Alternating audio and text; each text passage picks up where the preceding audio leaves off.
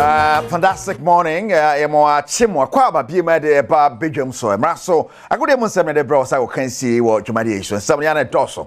Yes, fata sa wote na ye boaboa no ade pa the day after say Sudan na chie ho adwumaniti pa e wo Libya. Tim say yes, na no me be kan wa. Say Sudan fo de hweboro no mo ba. Na che say akra no a sha na kwasi apia mpese wo hye won yan fi nti wo. But afre ho aso de mo ye modro bi de nkoni ade. What there when am fa ye hwan che o ma ye ho adwumaniti a o ma boye mienu ani ada okra e be kosa ma kire ho akohwe se de ho nsam esiete wala natural mineral water wala de esia konkonne wala natural mineral water no munso keke no munso aya bodwoso ensu a wo ye hwe se kudusu nim sanso na Jordan nim ana statistiki ewu mu totoro wo se ensu bu ahemu din as a place bobo wala de need wala ekrogen ti Mansanka wala natural mineral water anytime open su anom aye wala natural mineral water immortal Jakwa Champon and of course writer Benyo Rafael and of course Sergio Manucho Bernard Paribu me producers Kejwana Kasani Erica Sierubari the UEFA Nations League results are hold course we are prepare Paul Nico in the course so the various games Libimo and Kosovo about Cyprus by 2-0 Bibrina who say about but to me testimony at the idea and send results this year call your Africa and so you're quite and I want some to Jadiama the Kaka Kondi Angola Morugu Baba the Ejao and the last round of games the boy the course so in Ghana game on 2-0 against Akosiapia Sudan. Now, yet to see Mountains on Ghana for Kasai, I drink from the two, Johnny, be said, was happy, brutal, be said to Adom, me on first Sudan, or Libya, or non call Germany, more Magana. Tea. I'm a dead. Tell me, do see a penny, Papa, the blaster shining, sir. You just say we will be another blaster shining, sir, Virginia for your Jumo, Massa, blaster and your chacha near to the hole, and your chacha. Bless a poor more born people that one more bill near Domaye. Quite you when you are over 4 to an over 4-1. One information, boy. Said no prayer no Moyano, or Montrasso, no one cross on your blastano. Naka Nano Bedua, or Mombay, Casadom Cobalas, near Pomachima. Yes, Ghana. Sudan eti such a Ghana tune. Utuado tactically bankrupt. Ejimanu nim Chebinami Dibinami Dibite Nagwa Kwasa. Kwesa Pian. Onye that good, onye that excellent, but rather than we're exposing him and say we're a kindergarten coach. He's not supposed to even be under 17 coach of Black Stars. We are a winning country. Yeah, we have history. We've won many trophies. You don't go for a substandard coach like Otuado. Onimshi, I didn't know him. Anya can you go? Me and person qualify for Africa Cup no. That is the gospel truth. Omo kwa can omo boy mayeba. Omo fa hwema. I don't know the GF on what I did about the Papa Bear Pan or added up to Ghana football. Your league, just player back up in the local league no account. What's the use of the league? What's the use of the FA? Maybe a woman can not create Mumia see Nunu Yahona Esreno. Yeah, new A. I say this over your football. The playing body, Edinburgh management so. Nina see a gulu. Nyami ene etua blaster kano because problem ho ese solve yen tackle problem no de bia na de nam na nipa kekre bi no wechire na omo ten ket nipa kekre bi na ten otoado obi ehun so otoado abo ket ni tiewu. Oh, blasters dey cost re dey a true reflection of GFA any ketokweku leadership because first need me call final in about semi about quarter. He say the qualification to AFCON boy ketokweku no abon. And as I can tell no more GFA now, my own say, Yana Ghana, yeah, Diaby, your bed, ye pay, be to me carrying there. Oh, made a miniature. I was happy and I got any mapper. Watch us opoteti Ghanaian public personal. Yamina Chiamoka. Blastano, any chino. Cause my amount for bonnet. More Cromhano, more appreciate Nipa. The woman say Nipa. And yet, Ubiqua. That's the reason here. Openini bia or Ghana bia kotran chen na owua ana Ghana for start kan ya papa. Cause ya pia the why nyame hira no. Onso ya Ghana ni ya support no. Wanye no no wanye. Sudan for no odo mo kobi. Onso ya ade enti no ya da cause ya pia se wa hye wo mo. Say you can say coach be technically bankrupt. That is Otuado. Wasan.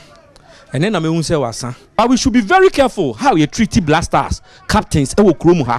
And asade no, ya man aye den akaye ho. Me there. Most definitely, I know your fans need to do now. Say me no kasa say na group F. It's yet sanse enra Angola so born Niger 1-0. Now this is the table. 12 points will qualify Angola through to the AFCON. Sudan eso nam kwaso ko hia draw nya 8. Na Ghana ye win last two more the last two na aka no. Onya 1 point penka ho.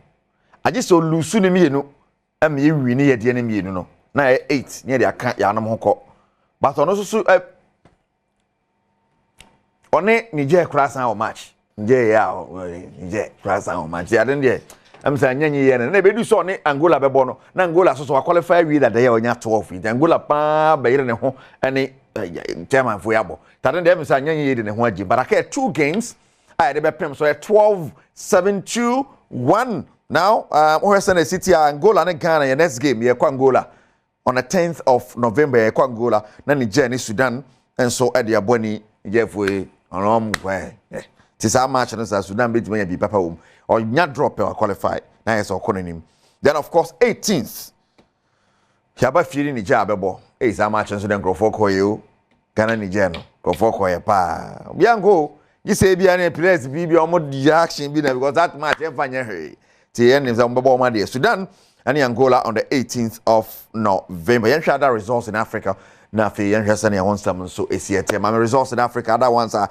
so ba so Africa na fe yen fanko unim se Rwanda ebo Benin by 2-1 and afi so no Lesotho Gabon born 2-0 Chad etina fe Zambia born 1 yes Tanzania etina fe DR Congo born 2-0 and South Sudan so Uganda be born 2-1 and Malawi etina Senegal be born 1-0 and Guinea Bissau and so any Mali game no 0-0 and Botswana and we need 1-0 over Cape Verde we need matches e course so kakra wa Africa they want some about now say yenhwe sane ye honsam so esiate wo honomo now okohu Egypt so kwa we ko wini ye without Salah ya man permission say wonko Liverpool sanse ne hon shada mfa ne papa Rwanda about Benin by 2-1 Angola winning 1-0 over Nigeria American Sierra Leone winning 1-0 over Cote d'Ivoire as we get them Congo and South Africa at the 1-1 and Comoros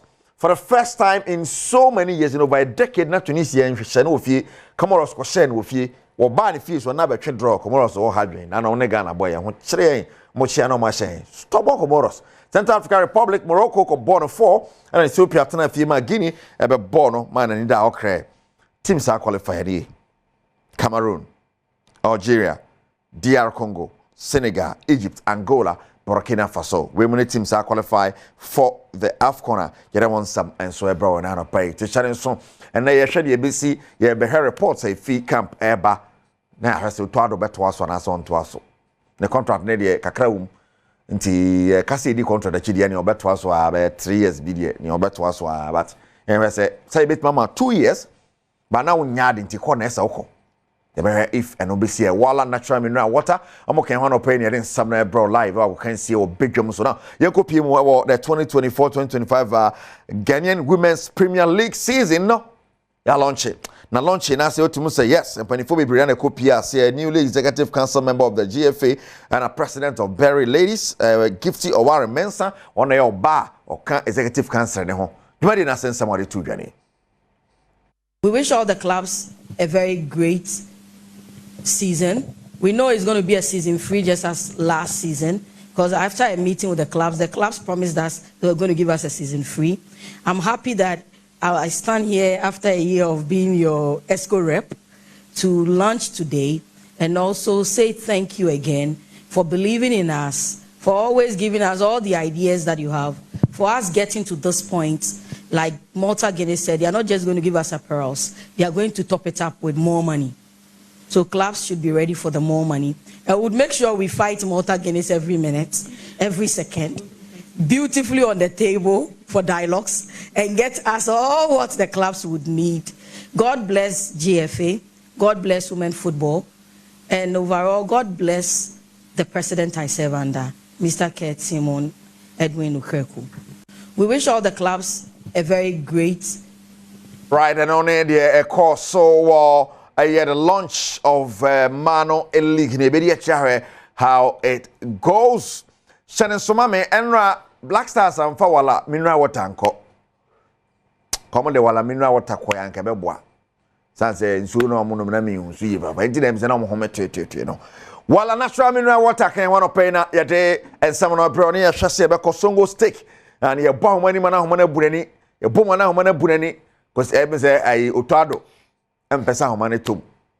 Could you say net and oped denya sungo ni nebe nti utado atena homane so.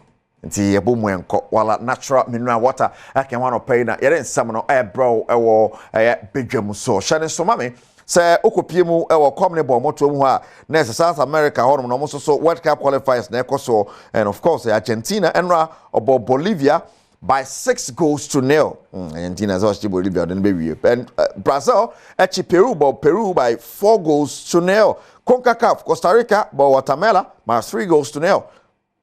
There's almost so many prepare here said obeti ma qualify area World Cup maybe about the World Cup qualifiers no so Ghana go so pre was a tosumienu e table no so you go so pre o hodom so dey AFCON dey aye no anyanye yi na de ne ho agim anyanye yi ande ho agim ni ade ade enti countryman songo ahoma no en tomudia na ebegina so na ye de si wala natural mineral water na kan homa ye de I can see bro na no pay Sergio Manucho Bernard Padibotwe omoyame producers yes and pay o hwen Mr. Kofiadu yes Keadu Gasovin and Stove Company o Kumasi Keadu Gasovin and Stove Company Gasovin is stove ndi wajafa Abrafo kra beton ya manangana for wajiba bia Keadu Gasovin and Stove Company. Fantastic morning going out to you Mr. Kofiadu anopai ya chapa on Fatum TV in Yagro kra kaisa ode nankasa beka kejwane ho Erica Siedu Boydie koso hebedwam